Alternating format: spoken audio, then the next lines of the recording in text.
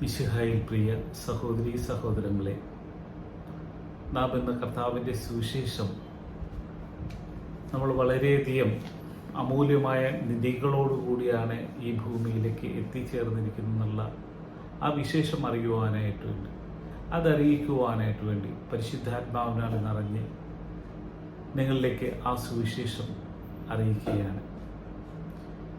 ദൈവം നമ്മളിൽ നിക്ഷേപിച്ച അമൂല്യമായ നിധി തീർച്ചയായും നാം അത് കണ്ടെത്തേണ്ടതും അതിനെ പരിപോഷിപ്പിക്കേണ്ടതും അതിനെ സംരക്ഷിക്കേണ്ടതായ ബാധ്യത നമ്മളിൽ ഉണ്ട്. ആ നിക്ഷേപം മാത്രമാണ് നമ്മൾക്ക് തിരികെ കൊണ്ടുപോകുവാൻ സാധ്യമാവുന്നത് എന്ന സത്യം ഈ വചനത്തിലൂടെ നമുക്കറിയാൻ പറ്റും. ഞാൻ താമസിക്കുന്ന സ്ഥലം വളരെ വിലയേറിയ സ്ഥലം തന്നെയാണ്.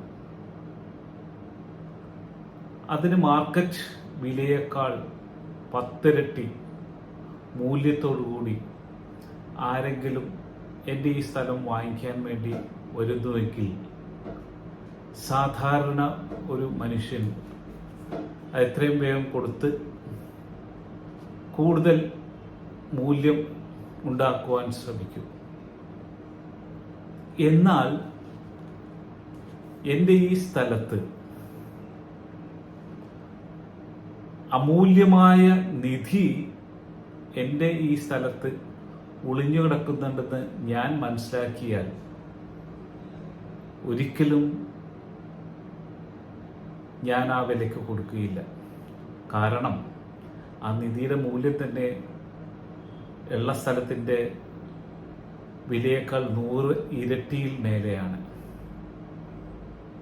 ആ ബുദ്ധിമാനായ മനുഷ്യൻ അത് കണ്ടെത്തി കഴിയുമ്പോൾ അത് സംരക്ഷിക്കുവാൻ വേണ്ടതായ എല്ലാ രീതിയിലുള്ള പ്രവർത്തനങ്ങളും ചെയ്യും. അതേ ദൈവമക്കളെ, നമ്മളിൽ ദൈവം ഈ ഭൂമിയിലേക്ക് നമ്മൾ അയക്കുമ്പോൾ തന്നെ നമ്മളിൽ നിക്ഷേപിച്ചിരിക്കുന്ന ഏറ്റവും വലിയ നിധിയാണ് ദൈവത്തിൻ്റെ ആത്മാവ്. നാം ഈ ലോകത്തിലെ പല കാര്യങ്ങളിലും വ്യാപൃതരാണെങ്കിലും നമ്മൾക്ക് നിധിയായി തന്ന ഈ ആത്മാവിനെ പരീക്ഷിക്കുവാൻ നാം ശ്രമിച്ചിട്ടുണ്ടോ? നാം വളരെയധികം ചിന്തിക്കേണ്ട ഒരു കാലഘട്ടത്തിലൂടെയാണ് നാം ഇന്ന് സഞ്ചരിച്ചുകൊണ്ടിരിക്കുന്നത്. ആ നിധിക്ക് മാത്രമേ ദൈവത്തിങ്കിലേക്ക് എത്തിച്ചേരുവാനായിട്ടുള്ള ആ പ്രാഭവം ഉണ്ടാവുകയുള്ളൂ. എന്നാൽ ഈ നിധി കൈകാര്യം ചെയ്യുക നമ്മൾ തന്നെ ആയിരിക്കണം.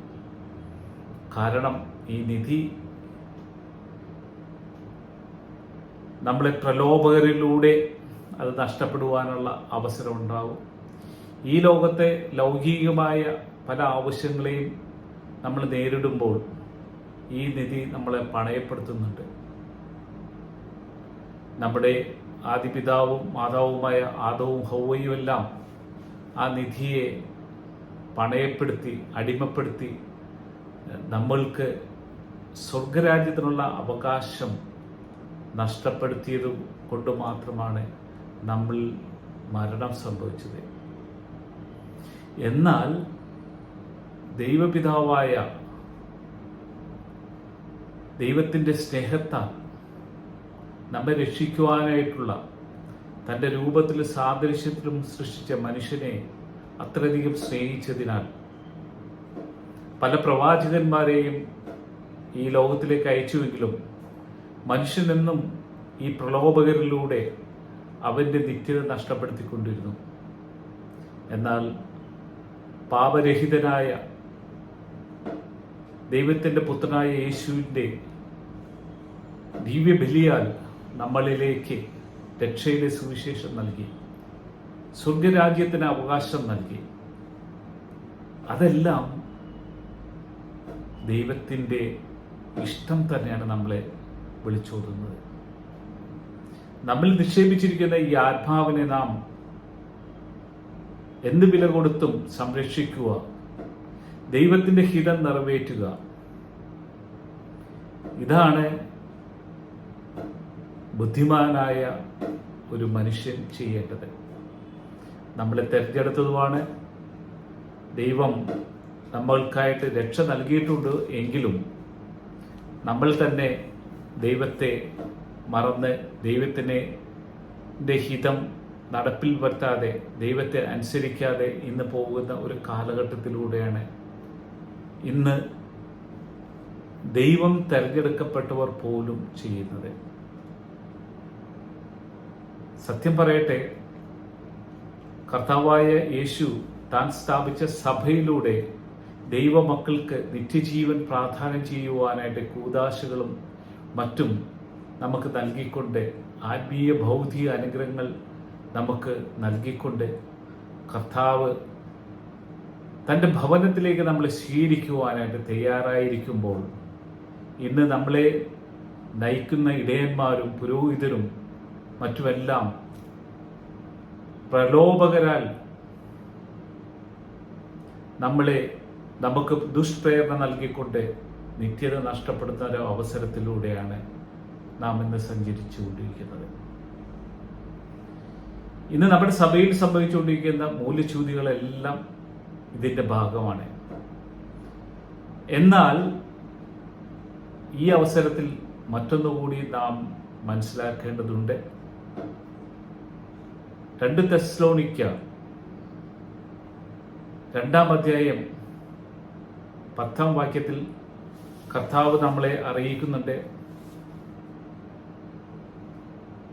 ദൈവത്തിനോട് അനുസരണയില്ലാതെ ദൈവത്തിനെതിരെ പ്രവർത്തിച്ചുകൊണ്ട് ഈ ലോകത്തെ മാത്രം ലക്ഷ്യമാക്കിക്കൊണ്ടുള്ള യാത്ര നടത്തുന്ന മനുഷ്യരെ അവരതിൽ തന്നെ വ്യാപരിക്കുവാനായിട്ട് ദൈവം അവരിൽ ഒരു മിഥ്യാബോധം വളർത്തുമെന്ന് തന്നെ കർത്താവ് പറയുന്നുണ്ട്. കാരണം അവർ കർത്താവിന് വിശ്വസ്തരല്ല, കർത്താവിനെ എതിരെ പ്രവർത്തിക്കുന്നവരാണ്. അതിന്ന് നമ്മുടെ സഭയിലും സംഭവിച്ചുകൊണ്ടിരിക്കുന്നുണ്ട്. തെരഞ്ഞെടുക്കപ്പെട്ട ജനം പീഡിപ്പിക്കപ്പെടുന്നുണ്ട് ഇന്ന് നമ്മുടെ സഭയിൽ. ഞാൻ മനസ്സിലാക്കിയെടുത്തോളം സഭയ്ക്കായിട്ട്, കർത്താവിനായിട്ട് നിലകൊണ്ട പല വ്യക്തികളെയും കുടുംബങ്ങളെയും സഭ അധികാരികളായിട്ട് വന്നിട്ടുള്ളവർ പോലും അവരെ ക്രൂശിക്കുകയാണ് ചെയ്തത്. എന്നാൽ ഈ ഇടയന്മാർക്ക് തങ്ങൾ എന്താണ് ചെയ്യേണ്ടതെന്ന് കർത്താവിൻ്റെ വചനത്തിലൂടെ പറഞ്ഞു കൊടുക്കുന്നുണ്ട്. നല്ല ഇടയൻ തൻ്റെ ആടുകളെ സംരക്ഷിക്കാൻ തയ്യാറാവും. എന്നാൽ ആട്ടിൻ തോലണിഞ്ഞ ഇടയന്മാർ ചെന്നായ്ക്കൾ വരുമ്പോൾ ആ ആടുകളെ ഉപേക്ഷിച്ച് ഓടുന്നതായി വചനത്തിലൂടെ അറിയിക്കുന്നുണ്ട്. ഇന്ന് നമ്മുടെ സഭയിലും സംഭവിച്ചുകൊണ്ടിരിക്കുന്ന അത് തന്നെയാണ്. എന്നാൽ ഇതെല്ലാം ഒരു തെരഞ്ഞെടുപ്പാണ്. ലോകത്തിൻ്റെ അവസാന കാലഘട്ടങ്ങളിൽ ഇവയെല്ലാം സംഭവിക്കുമെന്ന് വചനത്തിലൂടെ നമ്മളെ അറിയിക്കുന്നുണ്ട്. ഇന്ന് സഭയ്ക്ക് വേണ്ടി വേദനിക്കുന്ന വളരെയധികം ആത്മാക്കളുണ്ട്. അവരുടെ വേദനകൾ നമുക്ക് കർത്താവിലേക്ക് സമർപ്പിക്കാം. അവരിൽ എന്നും കർത്താവിനോട് ചേർന്ന് നിന്നുള്ള ജീവിതം നയിക്കുവാനായിട്ടുള്ള കൃപാവരം അവരിലേക്ക് ലഭിക്കട്ടെ. അവരെന്നും കർത്താവിൽ ആനന്ദം കൊള്ളുവാനായിട്ട്, സ്വർഗരാജ്യത്തിന് അവകാശം ലഭിക്കുവാനായിട്ട് നമ്മുടെ കർത്താവായ യേശു തനിക്ക് വേണ്ടി തന്നെ മഹത്വപ്പെടുത്തുന്ന ജനത്തെ പിതാവായ ദൈവത്തിൻ്റെ മുമ്പിലും മഹത്വപ്പെടുത്തുമെന്നുള്ള കാര്യത്തിൽ ഒരു രീതിയിലും സംശയിക്കേണ്ട. കാരണം ദൈവപുത്രനായ യേശുവാണ് നമ്മളെ അത് അറിയിച്ചിരിക്കുന്നത്.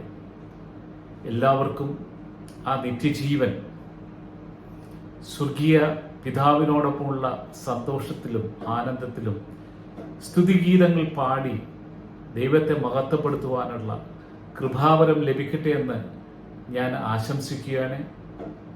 എന്നും നിങ്ങളുടെ പ്രാർത്ഥനയിൽ വചന ശുശ്രൂഷ ചെയ്യുവാനായിട്ട് എനിക്കും എന്നും കൃപ ലഭിക്കുവാൻ നിങ്ങളും പ്രാർത്ഥിക്കണം. അതിനായിട്ട് നമുക്ക് പ്രാർത്ഥിക്കാം. നിങ്ങൾക്ക് ഏവർക്കും ആ കരുണയും കൃപയും ലഭിക്കുവാനായിട്ട് നമുക്ക് ഒന്നിച്ച് പോരാടാം, പ്രാർത്ഥിക്കാം എന്ന് ബ്രദർ തോമസ് ജോർജ്.